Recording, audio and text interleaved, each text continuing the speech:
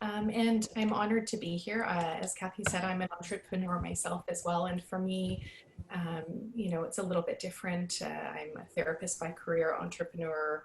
I just kind of happened through that process. But it's definitely challenging. And what we're experiencing right now is so foreign, right? It's so unfamiliar. It's impacting us in such a significant way, and we're all experiencing grief and loss. We're experiencing loss of expectations, loss of roles, loss of plans, loss of business, uncertainty about what the future is going to hold. So there are so many layers. My heart goes out to all the people that, like yourself, have lost work, but also the people who've lost their wedding day that they've been planning for, or not been able to have their grandparents in the room for the delivery of their baby, or who have not been able to be with a loved one who's sick. Like there's so many layers to what is happening that are quite unique and unlike anything we've really experienced. And I think that that's a reality, and the best thing we can do with that is name that, right? Acknowledge that, allow whatever feelings are there to be there, because they're part of that human experience, right? The strategies that I often talk about is name it to tame it. And I'll put it in the chat box. It's so simple, but it's so powerful. And it's something we often don't stop to do. And all it is notice it, right? So notice whatever is coming up,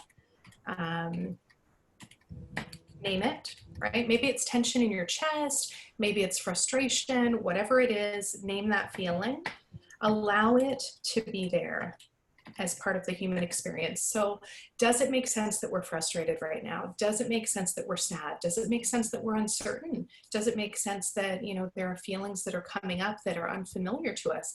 Absolutely it does, right? How could those feelings not be coming up? But the next step is really important, and that's the nurturing it, or tending to it if nurturing doesn't sound good to you, and then allowing it to shift, right? So part of what happens, unfortunately, is where attention goes, energy flows. And we know that our brain's first and foremost concern is to make sure the body survives. So when there is uncertainty, when there's things that are unfamiliar, when there's powerlessness or a sense of loss of control, that is really prime fueling ground for our amygdala, which is our personal security guard, right? And that part of our brain is primarily focused on keeping us alive. So all of our energy, when there are things that are uncertain or unknown, becomes redirected to, threat detection. And unfortunately, what happens is, in the absence of us intentionally shifting and redirecting our energy, that's where it's going to go. That's where the news sends it when we listen to that stuff. That's where, the information or lack of information sends us. So I think the name it to tame it is really important. So noticing it, naming it, allowing it, nurturing it, but also, redirecting our attention to where we want it to be. You spoke, Kathy, about gratitude, fear, uncertainty, stress. All of that suppresses our immune function. So if that's what we're sitting in, if that's what we're looping in, and I'm not, please understand, I'm not minimizing your experiences. I know this is really hard. We've lost a lot of business. A lot of people have lost a lot of business. And the reality is, things are going to change for people. So it's not to say, oh, let's just forget about that and pretend everything's rosy. But we can validate, what right now is hard. It is uncertain. I am scared. We work with trauma. I work with, horrific, unfathomable life experiences all the time. But what I tell my clients is, if you sit in that sense of terror, fear, powerlessness, unfortunately, that's what's being actualized at a physiological, cellular, neurological level, emotional level, neurochemical level, right? And that's what is instructing our nervous system. Whereas if we acknowledge what we're feeling, we acknowledge the fear, we acknowledge, I don't know where my business is going to be next year. I don't know what this means for me. But then we redirect our attention, our energy flow to where we want it to be. Again, it changes what's happening. So gratitude is one of the strongest positive human emotions. And Joe Dispenza talks a lot about this, but they've done studies that show that in as little as 10 minutes a day, 2 to 3 times a day, for 4 days, 4 days practicing gratitude or positive elevating emotions increases our immune function by 50%. That is huge. That is huge. Fear also inhibits creativity. So it's great that you guys are being creative.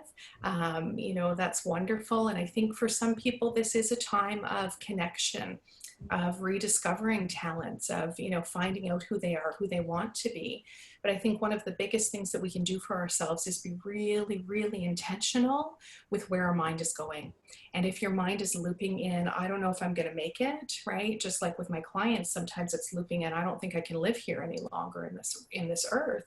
I'll say, you know, the message you're sending yourself, be so mindful, right? What is the message you're sending yourself? Is it helpful or hurtful? Is it moving you forward or keeping you stuck, right? Is it bringing you closer to that intended outcome? And it is so powerful because it literally, like I said, is setting into place it's changing our DNA structure, right? It's changing our cellular biology structure. So powerful. And pairing with that, you know, so we're noticing the reality of what is happening. We're redirecting our attention and energy to, you know, the things we can control, which are the meaning we form of our experiences, what we focus our attention and energy on. But then we're also going to tend to our body and our nervous system, right? And when we build in strategies for grounding or emotional regulation, those are things that, again, are telling my brain and body when I practice, for example, gratitude, or I'm having fun, or I'm embracing a creative talent or hobby, I'm telling that amygdala part of my brain, shh, it's okay, right? I'm telling it is safe to slow down, calm down, be embodied, right? Which increases my ability to focus. And I think, you know, there are opportunities right now, as hard as it may feel not knowing what's going to happen, there are really unique opportunities, I think, to build branding, to build our audience, to reach out to people. A lot of what we have been doing, because we know that so many people are struggling with mental health, is I've been creating a lot of brief videos on emotional regulation strategies or wellness techniques, inviting other speakers to come and share their tips and techniques. And actually just last night, our nonprofit fundraising committee, I've always wanted to do this, so I'm so excited. We created a page, and it's going to be Caring Connected Communities in Niagara. So what we want to do is create a platform where people can connect, where people who are marginalized can connect, and we'll just spend time together and look for volunteers to come and talk about skills, techniques, programs, services. I think sooner is always better, honestly. Preventative work is always better. And if and I'm not necessarily even saying therapy, but this is the time to put all of those strategies, techniques, resources into action, right? So really being intentional with our balance, our self-care time, having a schedule. When people, you know, feel like they just don't want to do anything, they don't have any space for anything. I get binge watching on Netflix is really fun. I'm guilty of it myself sometimes. But if that's what we're doing, that is not going to kind of grow our brain and grow that resilience and grow that sense of purpose or connection. Whereas if we're reading or learning or doing meditations or engaging in mindfulness or, you know, in mindful walks outside when you go around the block using your senses, all of these things facilitate emotional regulation. And you know, singing, drumming, dancing, all of this rhythmic stuff regulates our nervous system. So I think the more that we can put into our nervous system to regulate it, the more we buffer the effects of the stress. When it comes to the warning signs and symptoms, they're different for everyone, but, you know, that fatigue, that exhaustion, that shutting down, I often think of, you know, when you see neighbors or other people and you just want to do this or run and hide because we have no space left, right? We're just not, we're not, even people that we enjoy to be around, there's no interest to be around them. Our body doesn't want to move. We just feel heavy or lethargic, right? It's flat, like things like that all are signs that something's off, right? But it also comes back ultimately to knowing yourself, right? And what's characteristic for you, because we all have different attributes, right? For some people, they'll thrive off of having time in and time to reflect. Other people, you know, I work with a lot of people that are alone. They have no one, right? They're single, they're in their own homes, or they're widowed, and it's a very, very hard time for them. So I think checking in with yourself, checking in with others, um, you know, what's something that you're looking forward to doing today? What's something that you plan to do outside? What type of movement can you incorporate? What type of care for your mind can you incorporate? Whether that's prayer or, you know, just present moment awareness or a meditation or listening to music that you enjoy. It's doing something with intentionality to tend to self. And what I would say is when that stuff feels like it's not working, or when you feel like you just can't do that or can't fit in the physical activity, sometimes that's when we want to look at maybe reaching out and connecting with other people that can help guide that process, right? Yeah, because we all need that sometimes. We all need that. And it might be a group, a peer group, right? Where you're getting physical, or a group like this. Yeah, And that again is human, right? Like I had the same thing yesterday. I was up, we have quite a full schedule right now. Unfortunately, mostly with people that can't pay for services, but they really need the support, right? So we're very busy. But I remember going into my daughter's room at break and I was like, oh, it's gloomy today. It impacts, but again, it comes back to that intentionality. And I'm not saying it's easy. It is not easy, but this is an opportunity for us to really nourish ourselves and develop ourselves and strengthen ourselves. And we have the time to do it. So, you know, I think somebody asked me the other day about counseling at this time, and I said, I think really this is an optimal time. If you have wanted or thought that you have things to work through and you'd like to strengthen yourself, or you'd like to build mindfulness skills or emotional regulation skills, and you have the time and space to do it, this is a perfect time to do it. Yeah, I think it's being really intentional with what do you want that outcome to be? Because right now we can use our responses to adapt how our outcome is going to be, right? And there's nothing wrong, like I said, with watching stuff, but that's not going to bring about maybe the desired outcome. So I think the question is, what is my intended outcome? Where do I want to be at the end of this? Who do I want to be at the end of this? What do I want my life, my career, my, you know, and career is important. It is so important, but it's one part of you, right? Your body, your brain, your mind, that's yours for the rest of your life beyond career. So, you know, I think that question of what nourishes me, what do I need to be intentional about building in? And if you struggle to do it, how can you have accountability? With other people in your life that can help. You know, the Apple Watches, I don't know if anybody has that, but our family does a challenge. Well, I sit on this computer all day 9 to 5, so I usually have to work pretty hard to catch up to, you know, my husband and daughter who are off right now and pretty active. It's a little bit of an unfair advantage, but it's a great motivating factor. And I noticed that my husband was in a little bit of a slump and kind of said, and usually he's quite active, and he was like, you know, whatever. And so I said to my daughter, you need to send us a fitness challenge. And sure enough, she did. And that shifted that, right? So it's finding those little things that motivate you or pique your interest or challenge you, and naming it. Again, on those days that you don't want to get out of bed, name it. But just because that's how you feel doesn't mean that's what you have to do, right? Yeah. It doesn't mean it's easy. Yeah, I think We'll move through this, right? Like we absolutely will. What it's going to look like, we don't know, right? Even I have colleagues in China because I sit on the APA, American Psychological Association COVID task force.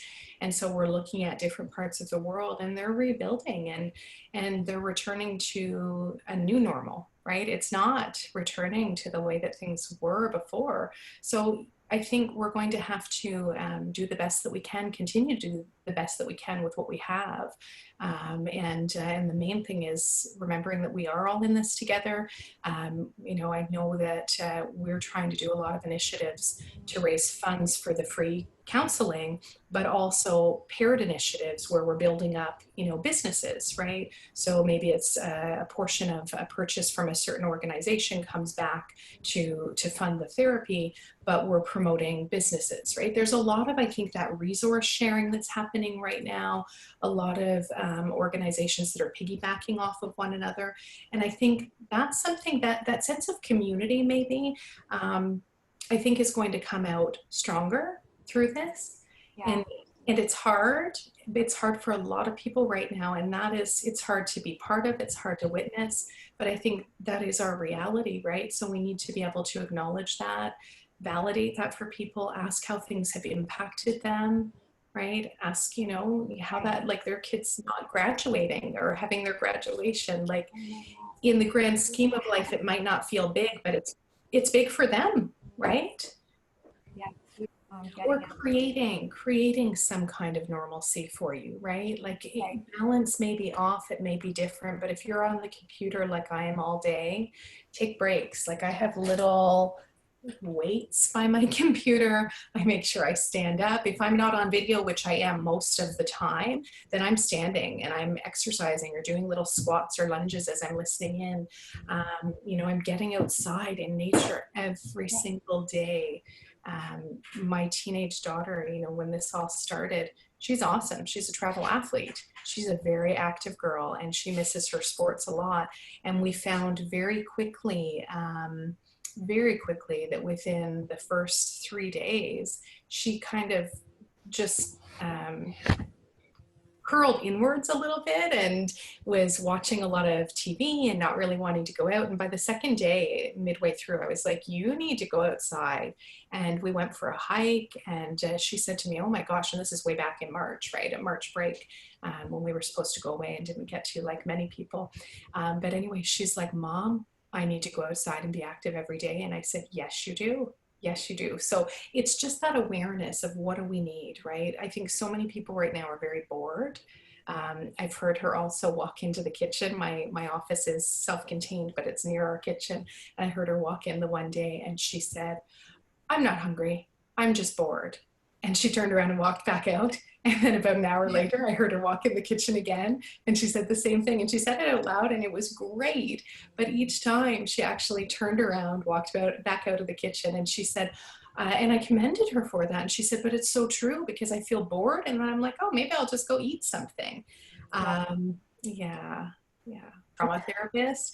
I stopped watching the news 9/11. So I found that when 9/11 happened, the news came on because it came on everybody's TV and it didn't turn off for like 3 days. And then I was like, what the heck? I was lying on the couch crying and I was like, oh my gosh, this is just not healthy or helpful for me. So I intentionally, as part of my self-care, I don't watch the news generally. My husband keeps me aware of like major life-changing events. Sometimes he forgets and he's like, how seriously have you not heard about that? But the news, you've got to recognize we can stay informed in other ways. And if you want to watch it for a little bit, watch it, right? If you want to watch it a lot, watch it, but be mindful of what is it doing to you. So notice, what's your heart rate doing? What's your body doing? Is it helpful or is it hurtful? Are there other ways, if it's hurtful, right? If it's fueling that fear amygdala response, are there other ways that you can get information that, will satisfy the need for what you need to know or what is available right now, while still not wreaking havoc on kind of that fear response? Does that make sense? Mm-hmm. Yeah. Niagara region, I think, is posting a lot of stuff as well. Like there's a lot of, and then the reality is as things change, you're going to find out, right? Sitting in it, focusing on it, hearing about it doesn't change the outcome. It doesn't change the reality, but it does amplify what's happening in here and in here. Yeah, I said it's very activating for our brain. But I would say even starting your day with that, and you have to choose what feels right for you, but can you counter it, right? Because if that's what you're starting your day with and that's what's running in the background throughout the day, Yeah. right? So you might counter it by then doing a gratitude practice or a reframing activity or refocusing on something that is in your control. You knowing you and what works for you, right? And I think that that's the key. And for Janet, who said an 83-year-old dad with dementia, you know, that is so hard. It is so hard, and they do revert to childlike behaviors. It's like there's this loss of control that's happening for them. And I've seen this happen with my grandfather as well. And it's so sad, right? Because they start really grappling for any control they can get because they're consciously aware that they're losing that control, even though they're not able to stop it. So I think just validating that as best as we can, taking space wherever you can, even if it's going in the bathroom, right? And doing some mindful breaths there. Breathing is the gold star technique, right? Like it's so unfortunately it's been abused a bit. A lot of people will tell people, oh, you just need to take a deep breath, right? And so it's gotten to be a bit aversive for some people. But I often, if I want to introduce breathing to somebody, I'll pause. I'll take a deep breath myself. I'll slow down the rate and speech of my voice, and I'll say, I wonder if we can just pause together and take a deep breath, right? I'm using my affect to regulate them. Or it's knowing when you need to do that for yourself, right? Just to breathe, right? And allow yourself to shift that affective state. It's the fastest way to stabilize the brainstem, which controls the fight or flight response, which is very activated right now, very activated in all of us. Working with or living with people that are elderly and struggling and need care, and there's not that break, validate that for yourself. This is hard. Allow that feeling of frustration or sadness or whatever is there to be there, but allow it to pass, right? The problem is when we sit in it and we succumb to it and then we loop in it, that's where the harm happens. Or if you have unresolved experiences like traumas from the past, that's what we specialize in working through. And for a lot of people with past traumas, they may have put it away, right? But with this event that's happening, it's activating a lot of stuff in people and it's bringing stuff up. And a lot of people are not making the connection to those past experiences. They just don't feel okay now and they don't know why. But there are some very safe, effective ways that we can work through that in a structured, titrated way that doesn't involve ripping off a band-aid and tearing open an old wound, but rather allowing us to disrupt that fear looping process that happens so our brain can understand that that has passed, right? And that memory can be properly integrated in space and time rather than feeling like it's reoccurring now. Permission to have that happen, right? Permission that you are going to have days that you're productive and you are going to have days that you're not, and that is okay. And you know, that comes back to that I feel, I need. So when you're noticing those spokes, even again, just pausing to name what it is you're feeling and what you need when you're feeling that validates so much internally. So instead of, you know, a lot of times, I'm sorry, I see Sarah, you have, or Karen, you have something to add. A lot of times we feel anger and we just stuff it down, right? Or we feel sadness and we want to push it away. Well, when we do that, it may work temporarily, but it has a tendency to build and fester and become bigger. But whereas when we actually pause and acknowledge what is there as part of the human experience, you know, a lot of times it will subside, right? Just noticing it allows it to subside.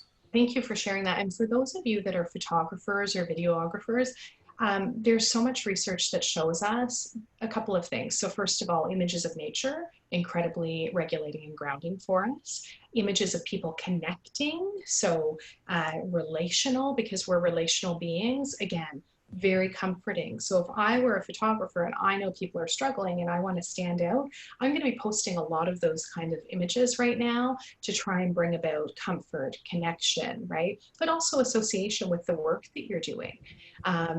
Yeah, I think it's just trying to be creative with how are we kind of tapping into you as a resource and what you have to offer while tending to self, right? And I think exploring your potential outcomes. So a lot of times what I'll say to people is allow yourself to feel it in your heart and your gut. So don't just go to the worst case scenario, which is what the amygdala wants to do. Try to be broader than that. So yes, you can explore that. Maybe my business is going to fall apart. My mind went there the other day. I'm like, oh my gosh, I'm running a nonprofit. We have no funding from anywhere. The need is growing. There's no money coming in, and nobody has money to pay for therapy. Right? But we're saving lives. We're literally, people want to die and are struggling with heart addictions and struggling with life, and they're coming through and shining, right? And finding their true selves. So how do you walk away from that? But there are moments that it's like, oh my gosh, is it worthwhile? I get it. But we have to look at all of the potential outcomes. Try it on, not just with your head. This thinking part of your brain can rationalize all kinds of stuff. It can, form meaning in ways that are not necessarily helpful for us. Feel it with your heart and your gut. What are the potential outcomes? How would that feel for you? Feel it, right? Could you manage that? Could you live with that? And if not, what are you going to do instead to help try to sustain that? So that's part of that authenticity and self-reflection work and taking stock. But, yeah. And validating, right? Yeah. And like the disappointment, the hurt, all of the dreams that kind of have been altered, right? That's real, and I think that's important for us to be able to feel as well. So thank you. Thanks for having me. Thank you for all your wonderful ideas today. And we will share this on our Tuesdays Together page. And hopefully, 2 months from now, we'll be meeting in person again. It'd be awesome.